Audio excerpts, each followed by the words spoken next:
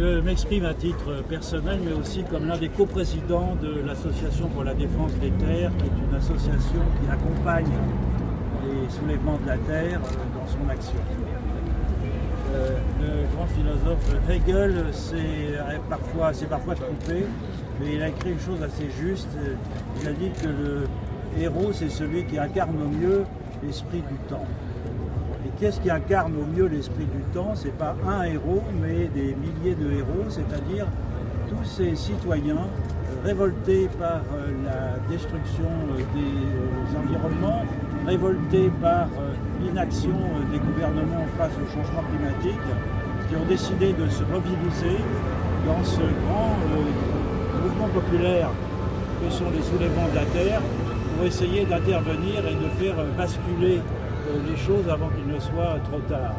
Nous avons un héros collectif et il est évidemment absurde de penser qu'on pourra dissoudre un héros collectif.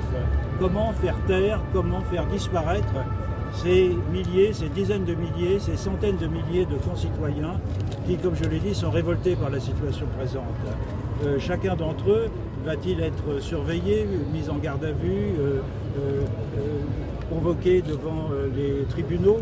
C'est absurde.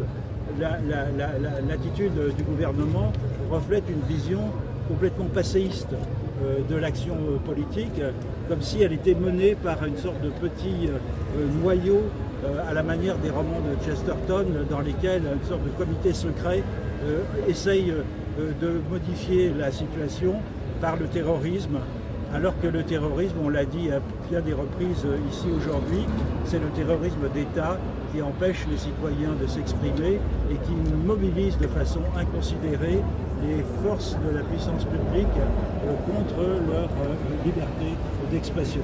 Donc je suis assez optimiste en pensant que les soulèvements de la terre vont continuer à vivre à travers tous ceux qui les incarnent au quotidien et dans les multiples actions qu'ils ont menées et qu'ils vont continuer à mener.